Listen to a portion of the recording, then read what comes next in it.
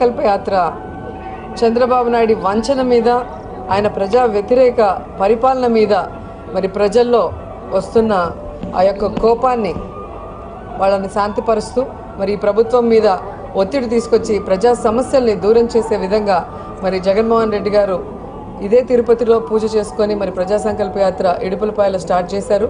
నిన్న ఇచ్చాపురంలో విజయవంతంగా ముగిసింది. నిజంగా రాజశేఖర్ రెడ్డి గారు లేరు అనుకోకుండా రాజశేఖర్ రెడ్డి గారిని జగన్ గారిలో చూసుకుంటూ ప్రజలు పట్టిన బ్రహ్మరథం చూస్తుంటే చాలా సంతోషంగా అనిపించింది. రాజన్న పరిపాలన కావాలి, రాజశేఖర్ రెడ్డిని జగన్ గారిలో చూసుకుంటూ ఆయన ముఖ్యమంత్రి కావాలి అని ప్రజలు చేసిన నినాదాలతో నిన్న మా చెవులన్నీ కూడా మార్మోగిపోయాయి. వాళ్ళకి అదేంటో జనమే లేరు అంటున్నారు. నిజంగా సోమిరెడ్డి లాంటి వాళ్ళు నిన్న గనక ఆ మీటింగ్కి వచ్చింటే కిందేసి తొక్కుంటారు. అంత జనం విసికేస్తే రాలని జనం. సో జనం అంటే ఏంటి, ప్రజాబలం ఏంటని 5 సార్లు ఓడిపోయిన సోమిరెడ్డికి అయితే అర్థం కాదు.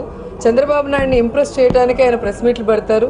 దానికి ఇంప్రెస్ అయ్యి ఆయన ఏ విధంగా మంత్రి పదవి ఇచ్చారో కూడా మనం చూసాం. ఎందుకంటే పాస్ అయిన వాడికి ఎవడైనా మినిస్టర్ ఇస్తాడు, కానీ ఫెయిల్ అయిన వాడిని ఎత్తిన పెట్టుకున్నాడు అంటే మరి ప్రజలు చీకొట్టిన వాళ్ళని చంద్రబాబు నాయుడు ఏ విధంగా ఎంకరేజ్ చేస్తాడనేది మనం అర్థం చేసుకోవాలి. అండ్ ప్రతిసారి తెలుగుదేశం పార్టీ వాళ్ళు అంటారు వీళ్ళు అసెంబ్లీకి రారు కానీ జీతాలు తీసుకోవడానికి సిగ్గులేదా అని.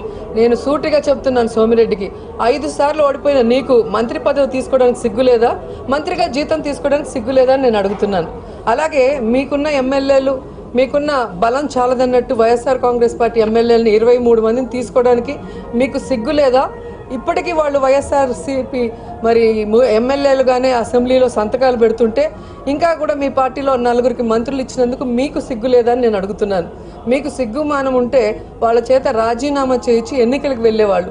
కానీ మీ ప్రజా వ్యతిరేక పరిపాలన వల్ల ఖచ్చితంగా వాళ్ళందరూ ఓడిపోతారన్న భయంతోనే ఈరోజు వ్యవస్థల్ని నిర్వీర్యం చేస్తూ అసెంబ్లీని కూడా ఈరోజు అపవిత్రం చేస్తూ మీరు వాళ్ళని సస్పెండ్ చేయలేదు కాబట్టే మేము అసెంబ్లీకి రాలేదు, కానీ మాకేం టైంపాస్ కోసము ఇంట్లో కూర్చోలేదన్న సంగతి మీరు తెలుసుకోండి. ఈ రోజుకి కూడా వైఎస్ఆర్ కాంగ్రెస్ పార్టీ నాయకుడు జగన్మోహన్ రెడ్డి గారితో సహా ఎమ్మెల్యేలు కానీ ఇన్ఛార్జీలు అందరూ కూడా వారి వారి కాన్స్టిట్యున్సీలో ప్రజలకు అండగా ఉంటూ ప్రజలకి భరోసా ఇస్తూ వారి సమస్యల్ని దూరం చేయడంలో ఏ విధంగా పనిచేస్తున్నారో తెలుసుకుంటే మంచిదని కూడా తెలియజేసుకుంటూ ఇక రైతుల గురించి గొప్పగా మాట్లాడారు నిన్న సోమిరెడ్డి గారు. ఈరోజు రైతు బాంధవుడు రాజశేఖర్ రెడ్డి గారు, రైతుల గురించి ఆలోచించేది జగన్మోహన్ రెడ్డి గారు. ఈరోజు రైతు భరోసాతో ఆయన ఏ విధంగా రైతుల జీవితాలని వెలుగు తీసుకురావాలనుకున్నారో మనం కళ్ళారా చూస్తున్నాం. అలాగే రాజశేఖర్ రెడ్డి గారికి వచ్చింది రైతులకి ఫ్రీ కరెంట్ ఇవ్వాలని, రైతు పిల్లలకి మరి ఫీజు రియంబర్స్మెంట్తో పెద్ద చదువులు చదివించాలని.